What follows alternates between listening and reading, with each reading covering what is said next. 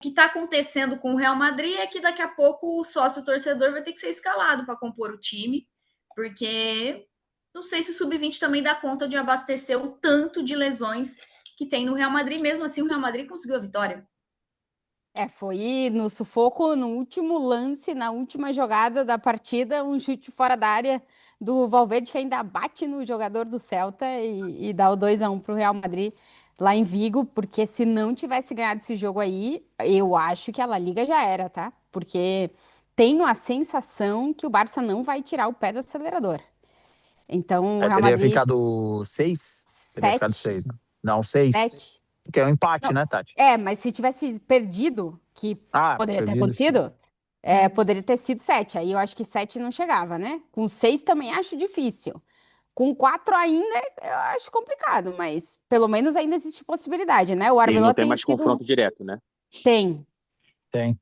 Tem Ainda a tem. volta lá no Camp Nou em maio. Então, aí já... É, é. Muda, já muda. Muda. Por isso que os 4, assim, 4, eu acho que se o Real Madrid conseguir manter 4 até o clássico, pode ser que. Mas, enfim, a situação é que o time teve 10 desfalques nesse jogo, 7 lesionados e 3 jogadores suspensos. O Arbeloa colocou no time titular o Thiago Pittart pela segunda vez consecutiva, inclusive não se descarta que ele também seja titular contra o City. A gente vai falar bastante disso na quarta-feira.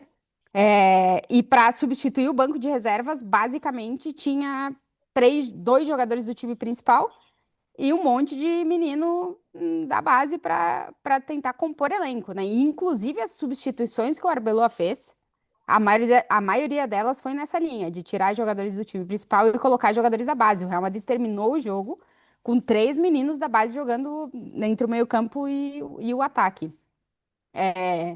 E o ponto é que pro jogo contra o City, não sei se vai conseguir recuperar muita gente. Inclusive, hoje foi confirmada a lesão do Carreiras, que não jogou o jogo contra o Celta por suspensão e agora está no departamento médico também.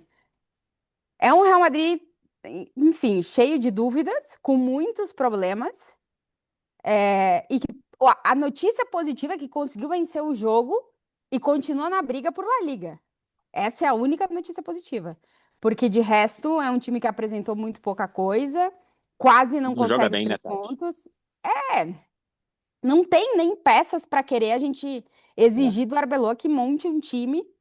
O que é o melhor Real Madrid que ele pode colocar? Não sei, porque até agora ele não teve jogadores para poder escalar, né? Então, é, do quarteto fantástico, digamos assim, a gente tem o Vinícius jogando, o Rodrigo lesionado, lesão grave, inclusive vai ser operado amanhã, e o Bellingham e o Mbappé fora, sem expectativa É. para voltar de momento. Então, realmente a situação é complicadíssima. É que essa vitória, ela é, assim, me parece, ela é uma vitória bem relevante, né? Porque o Celta é o sexto colocado, entrou na rodada como É o sexto sexto, colocado em La Liga, tinha vencido no Bernabéu em dezembro, né? Então, sim. é uma vitória que eu acho que, entre mortos e feridos, que o Arbeloa consegue reunir ali, é uma vitória que mantém o Real Madrid, assim, ela, em teoria, ela é muito mais importante do que parece. Se você só lê sem entender os contextos, parece que é mais o Real Madrid batendo ponto no trabalho. Mas não, essa vitória ela tinha vários contextos que dificultava e poderia enrolar de vez essa briga do Real Madrid por La Liga. Agora, não tem nenhum indício de que o Real Madrid consiga, porque tá tirando água do barco, né? Até eu não sei se até a data FIFA. Até a data FIFA pode perder a vida na Champions, né? Não sei se pode perder La Liga já, Pode. mas A qualquer rodada pode, pode né? perder. Não, Assim, não. matematicamente Matematicamente, não, não. mas Não é pelas matematicamente, sensações, claro, mas sim. as sensações porque é o momento de sobrevivência mesmo, então, que o Real Madrid tá passando nesse momento, porque a gente estava fazendo as contas antes do programa começar.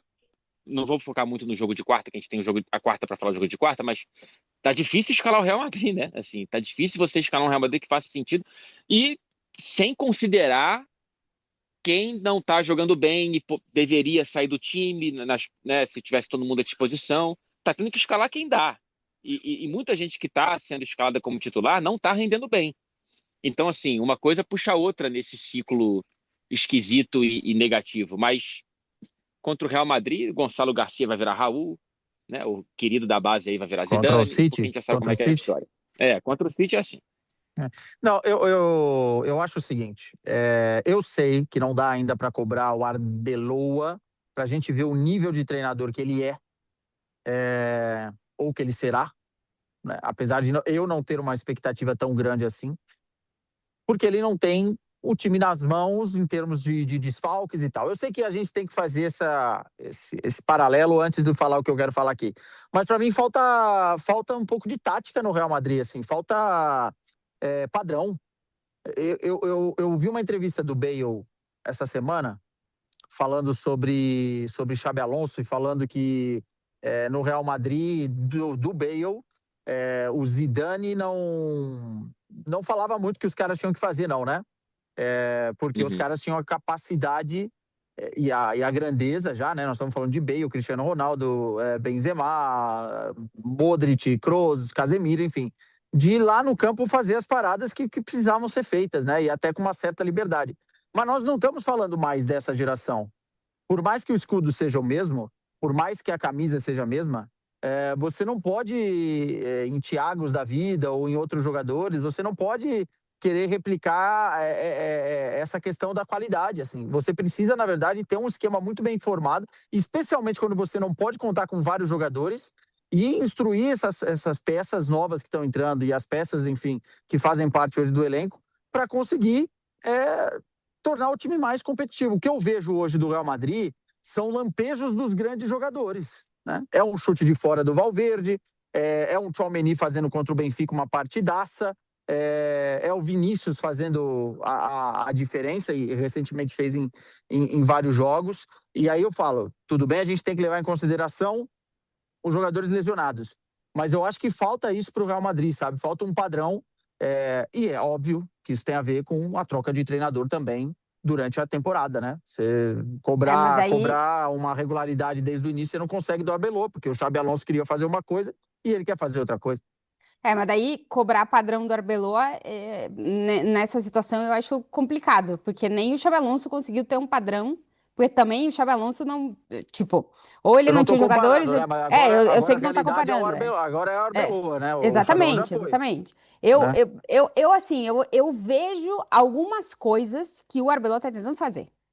Eu vejo alguns pontos que ele está tentando fazer com que o time possa render mais. Por exemplo, eu e o Fred, a gente estava falando antes do jogo. Trent Alexander-Arnold. A gente sabe que defensivamente não dá para contar com ele. Então o Arbeloa tá Uhum. colocando o Fed Valverde por ali para tentar cobrir as costas do Trent Alexander e o Trent poder aproveitar o que ele tem de melhor, que é o passe dele, que o Real Madrid precisa do passe.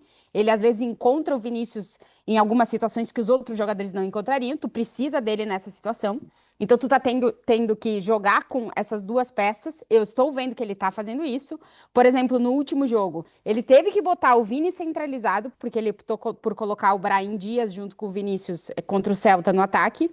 Então o Thiago Pitart, que é um jogador muito mais de meio de campo, estava quase que ocupando o lado esquerdo do campo para tentar deixar o Vini mais liberado e os marcadores não ficarem na cola dele pelo lado esquerdo. Só que isso também acabou não facilitando a vida do Vinícius.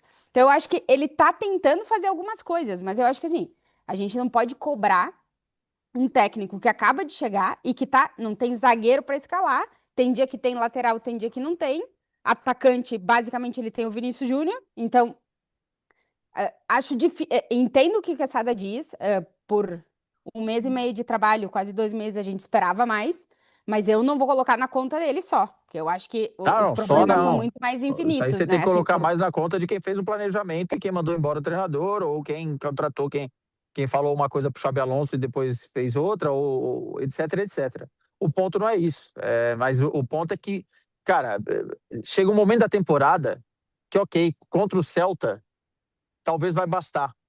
Mas dentro de Liga dos Campeões, esse monstrengo que hoje é o Real Madrid, por todos esses fatores que a gente falou, inclusive as lesões, não sei se chega, né? E agora a gente vai ver um mestre da tática encarando o Real Madrid, né? Assim, o Guardiola contra o É. Arbeloa. Então, enfim, eu acho que nesse momento, se eu fosse o torcedor, eu acho que o torcedor do Real Madrid estaria bem preocupado com essa reta final de temporada. 2 pontos aqui. Primeiro, coitado do Valverde, né? Que não nasceu para ser lateral, mas alguém tem que avisar que ele tem ascendente lateral direito, ou a lua dele está na lateral direito, que até mesmo quando ele está no meio-campo ele tem que cobrir o Arnold, né? Então ele não consegue escapar dessas responsabilidades defensivas ali pelo corredor direito. E o segundo, que eu ainda insisto num ponto, cara. A troca de guarda no meio-campo do Real Madrid, ela não deu certo. Eu sei que tem as lesões, etc e tal. Mas na minha concepção, é claro que para qualquer clube do mundo, você substituir Kroos e Modric, você vai sofrer. E o Real Madrid fez até... E o Casemiro. O Real Madrid fez até certo, porque contrata Tchouaméni, contrata Camavinga com esses caras no clube, ganham Champions juntos, ganham coisas juntos, e aos poucos vai soltando um a cada temporada, né? Kroos, Casemiro, depois Modric. Mas eu não consigo ver... Eu sei que o Tchouaméni fez grandes eliminatórias contra o Benfica. Eu não consigo ver Real Madrid, cancha de Real Madrid em Camavinga, em Tchouaméni, em Arda Güler. Não consigo ver. E aí, cara, o time, mesmo quando tinha mais peças, tá? Quando tinha meio que todo mundo à disposição, o Xabi Alonso não sabia como escalar o Arda Güler e o Bellingham juntos. A gente ainda não entende como que vai ser o Real Madrid quando todo mundo tiver à disposição no ataque. Qual vai ser o esquema? Quem é o melhor zagueiro do lado do Rüdiger? Parece que ninguém. Então tem várias questões para além das lesões. Mas é claro que enquanto a galera estiver lesionada, não tem como a gente tentar nem ensaiar respostas para essas questões. Mas é uma questão, né? Quantos clubes já puderam contar com um meio-campo desse, né? Casemiro, Modric e Toni Kroos. Os clubes têm que se virar com nomes bem menos técnicos. Aí acho que entra uma questão também do Real Madrid estar se perdendo em relação à substituição de técnicos. E, Tati... mas o padrão de contratação aí, só um parêntese nesse sentido, foi diferente. Né? Sim. O padrão foi diferente. Vamos contratar uma molecadinha, aposta, os caras vindo do campeonato francês e tal, para treiná-los e tal, desenvolver. Não é um padrão normal, talvez agora seja mais, né, Tati? Mas não é um padrão normal para Real Madrid. Geralmente o Real Madrid ia buscar, sei lá, um Kimmich. Né? Isso não... Entendeu? Não, eles fizeram diferente dessa vez. E é o que o Fred está falando. Ainda não estamos vendo, como dizem em Portugal, o cabedal desse jogador. É que o problema é que a estratégia de contratação mudou, né? Não contratam mais jogadores de 27, 28 anos. O Modric chega com 27, o Kroos chega depois de conquistar a Copa do Mundo com a Alemanha. Isso aí já não é uma realidade. Não é. Hoje é jogador em final de contrato que chega livre ou jogadores de 16, 17 anos que chegam para serem formados. Então, a realidade é muito diferente. E aí a Gil falava da troca de técnico, né? Isso é meio que uma coisa meio que independente das contratações, tá? As contratações são feitas pelo planejamento do clube, independente de quem seja o treinador. Porque a estratégia hoje é quem é que é o menino de 16 anos que está na França, que está no Brasil, que está na Argentina, que a gente precisa não só para estar dentro do elenco, mas para ser um investimento de futuro. Então, como a estratégia mudou, a visão do que se quer mudou, tem que mudar muitas outras coisas. O problema é que dentro desse processo é um clube que está proibido de perder. E já está perdendo não muda a expectativa. Tempo. Então, são N fatores. Mas vamos falar, isso me indigna um pouco, viu? Porque eu não consigo entender. O Real Madrid, em vários momentos da temporada, chegava janeiro, a gente via, nossa, fulano, ciclano, estão lesionados. Por que não contrata? Por que não gasta um dinheiro para contratar? Porque o dinheiro, porque é diferente. O Real Madrid tá duro? O que eu trazia antes em relação a Real Madrid e Barcelona é que são dois clubes que não têm uma torneira para abrir para descer investimento. Só podem gastar o que geram. Então tem que continuar gerando para poder gastar. Ou tomar outras iniciativas e outras decisões de vender partes do clube ou qualquer outra coisa. O Barça já vendeu o Barça Studios, o Real Madrid tem essa ideia de vender 5%, porque não consegue financeiramente... E acabou de construir um novo estádio, né? Não consegue financeiramente competir com o Manchester City. Não consegue. Então, a realidade, ela mudou, ela é diferente. A gente continua querendo exigir que esses clubes, que no momento em que eles conseguiam competir dentro dessa realidade, voltem a fazer isso. Só que hoje as estratégias mudaram. O Barça vai tirando o que tem da sua categoria de base para ir abastecendo, tá dando sorte, mas talvez em algum momento pare de dar sorte. E aí? Né? Fora Então, os direitos de La Liga, né? Então, assim, e os exato. direitos da Então, Premier estão assim. são muitos fatores econômicos que a gente tem no nosso imaginário de que tem um dinheiro infinito ali. Em geral, são os dois que mais geram dinheiro no mundo.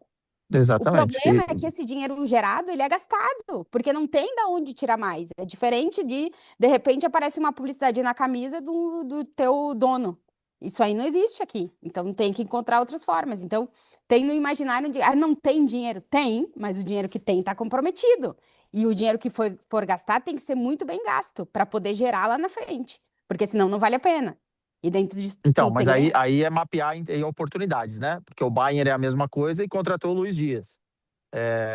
Então, assim, você tem que começar a mapear oportunidades também. Harry Eu não Kane sou... chegou com Mas 29, 30 anos. E isso é verdade também, que o Real Madrid não quis, né? Que o Real Madrid não quis. Pois é. Então, tem algumas balas que você precisa saber atirar. Senão você vai fazer um time que pode dar certo ou não. E aí Exato. é isso. Tchouaméni, Camavinga, não é esse tipo de bala. Eu tô falando de caras já prontos para vestir a camisa do Real Madrid. Porque é o que a Tati falou, é uma coisa muito importante, tá? Vestir a camisa do Real Madrid não é para qualquer mentalidade e não é para jogador, muitas vezes, em formação. É muito difícil você ter um moleque que vista essa camisa com personalidade já e chegue sendo titular e tal. É muito complicado. Por quê? Porque é um clube que te exige ganhar toda hora e ganhar de forma bonita, tá? Senão te vai e lenço branco na arquibancada e com Cristiano Ronaldo, com Vinícius Júnior. Então, sinceramente, eu acho que o Real Madrid precisa ter esse senso de oportunidades de mercado. Não dá para ir só na molecada. Mesmo não tendo esse dinheiro que a Tati falou para competir com os times da Premier.